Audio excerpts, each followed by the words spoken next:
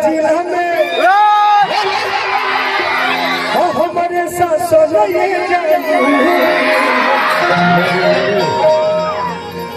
हरि तनवा धा दे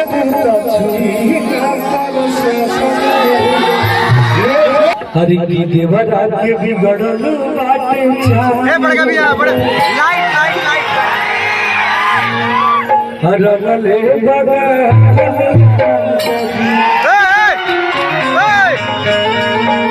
हरि की गाड़ी ढके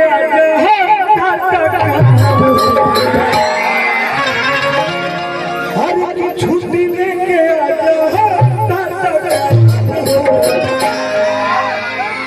हरले बगा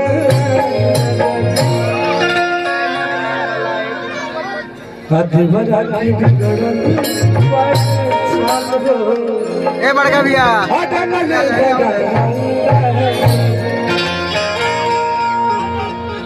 क्या बात है? अच्छा नहीं लगा क्या? अरे यार एक बार ताली बजा दो कुछ भैया।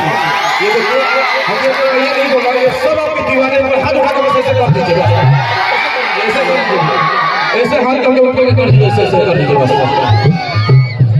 एक बार हमारा खातिर दोनों तरफ से हाथ उठा के एक बार जोरदार ताली बजा दो।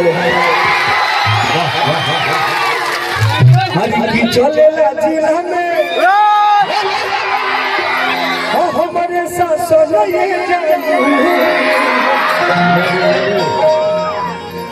हरि तनवा धा दे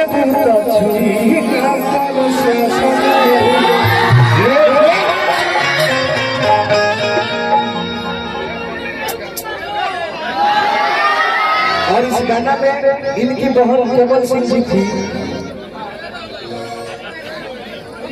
और ये राधा जी है उनकी दो बड़ी बहन, इनका भी जोड़ा नहीं है। एक और हम गाना गले रहे कि हमरा बाबू के अकेले कहिए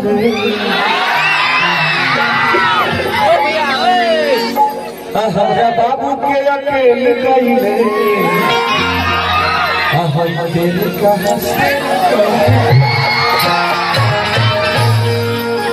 हमारा लाइफ से खेल गईले दिल कहाँ से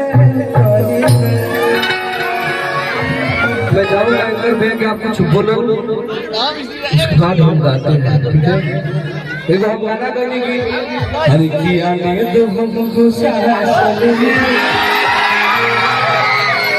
ए भाई ए भाई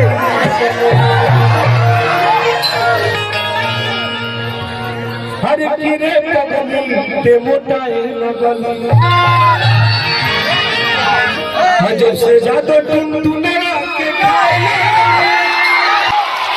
मैंने वही बोला कि मंदिर मस्जिद गुरुद्वारा जाने से पहले मैं आपके द्वार पर जाता हूँ, आप जिसको चाहते उठाते हैं और जिसको चाहते बैठा देते हैं।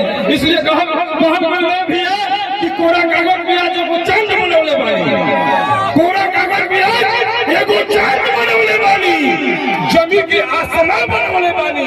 हम जानत नहीं रवा सब हमार रही हमरे हम जानत नहीं रवा सब हमार रही हमरे यही से हम रवा सब के भगवान बराबर एक बार चल जाते हैं।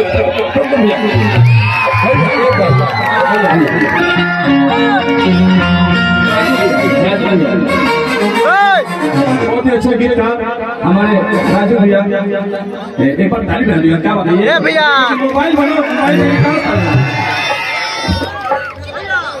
हेलो